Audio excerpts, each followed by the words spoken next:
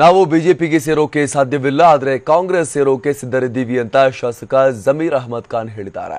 ರಾಮನಗರದಲ್ಲಿ ಮಾತನಾಡಿರುವ ಜಮೀರ್, 7 ಶಾಸಕರಿಗೆ ಜೆಡಿಎಸ್ ಪಕ್ಷದ ಬಾಗಿಲು ಮುಚ್ಚಿದ್ದೀವಿ ಅಂತ ಹೇಳ್ತಿದ್ದಾರೆ. ಬಾಗಿಲಿಗೆ ಅವರು ಬೇಗ ಹಾಕಿಕೊಳ್ಳಲಿ, ನಂತರ 7 ಶಾಸಕರು ಅಂತಿಮ ನಿರ್ಧಾರ ಮಾಡ್ತೀವಿ ಅಂತ ಹೇಳಿದ್ದಾರೆ. ಅಲ್ಲದೆ ಎಚ್.ಡಿ. ಕುಮಾರಸ್ವಾಮಿ ಹೇಳಿದಂತೆ ರಾಜ್ಯಸಭಾ ಚುನಾವಣೆಯಲ್ಲಿ ಕಾಂಗ್ರೆಸ್ಗೆ ಮತ ಹಾಕಿದ್ವಿ, ಕಾಂಗ್ರೆಸ್ಗೆ ಮತ ಹಾಕಲು ಹೇಳಿಲ್ಲ ಅಂತ ಎಚ್.ಡಿ.ಕೆ ಯಾವುದಾದ್ರೂ ದೇವಸ್ಥಾನದಲ್ಲಿ ಪ್ರಮಾಣ ಮಾಡಲಿ, ನಾನು ರಾಜಕೀಯದಿಂದಲೇ ನಿವೃತ್ತಿ ತೆಗೆದುಕೊಳ್ಳೋಕೆ ಸಿದ್ಧ ಅಂತ ಜಮೀರ್ ಸವಾಲು ಹಾಕಿದ್ರು. ಜೊತೆಗೆ ಗೋಪಾಲಯ್ಯ ತಪ್ಪು ಮಾಡಿದ್ರು ಕೂಡ ಪಕ್ಷಕ್ಕೆ ಸೇರಿಸಿಕೊಂಡಿದ್ದಾರೆ. ಅವರಿಗೊಂದು ನ್ಯಾಯ, ನಮಗೊಂದು ನ್ಯಾಯನ. ಹೆಚ್ಚು ಜನಪ್ರಿಯ ಆದವರನ್ನ ಪಾರ್ಟಿಯಿಂದ ದೂರ ತಳ್ತಾರೆ. ಇದು ಮೊದಲಿಂದ ಕೂಡ ಜೆಡಿಎಸ್ನಲ್ಲಿ ನಡೆದುಕೊಂಡು ಬಂದಿರುವಂತಹ ಒಂದು ಬೆಳವಣಿಗೆ. ನಮ್ಮ ಬಗ್ಗೆ ಕುಮಾರಸ್ವಾಮಿ ಲಘುವಾಗಿ ಮಾತನಾಡ್ತಾ ಇದ್ದಾರೆ ಅಂತ ಕೂಡ ಜಮೀರ್ ಈ ಸಂದರ್ಭದಲ್ಲಿ ಆರೋಪವನ್ನ ಮಾಡಿದ್ದಾರೆ. ಅಲ್ಲದೆ ಎಚ್.ಡಿ.ಕೆಗೆ ಬೇಕಿರುವುದು 200 ಮತ ಹಾಕಿಸುವಂತ ನಾಯಕರು.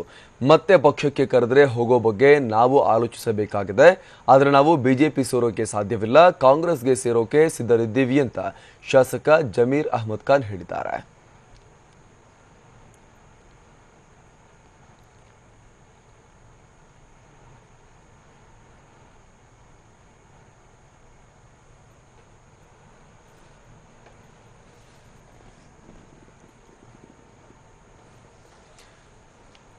ಶಾಸಕ ಜಮೀರ್ ಅಹಮದ್ ಖಾನ್ ಈ ರೀತಿಯಾಗಿ ತಿರುಗೇಟನ್ನು ಕೊಟ್ಟಿರುವಂತದ್ದು ಎಚ್.ಡಿ. ಕುಮಾರಸ್ವಾಮಿ ಅವರ ವಿರುದ್ಧ ಇವರು ವಾಕ್ಪ್ರಹಾರವನ್ನ ಮಾಡಿದ್ದಾರೆ.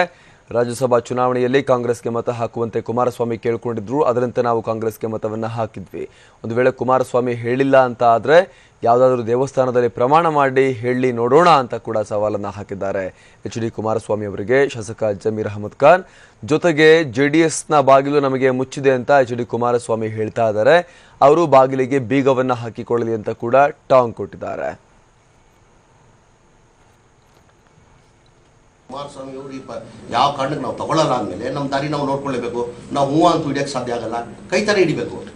ನಾವು ಸೆಕ್ಯುಲರ್ ಲೀಡರ್ ಆಗ್ಬಿಟ್ಟು ನಾವು ಬಿಜೆಪಿಗೆ ಅಂತ ಹೋಗಕ್ಕೆ ಸಾಧ್ಯ ಆಗಲ್ಲ. ನಾವು ಹೋದ್ರೆ ಎಲ್ಲಿ ಹೋಗ್ಬೇಕು?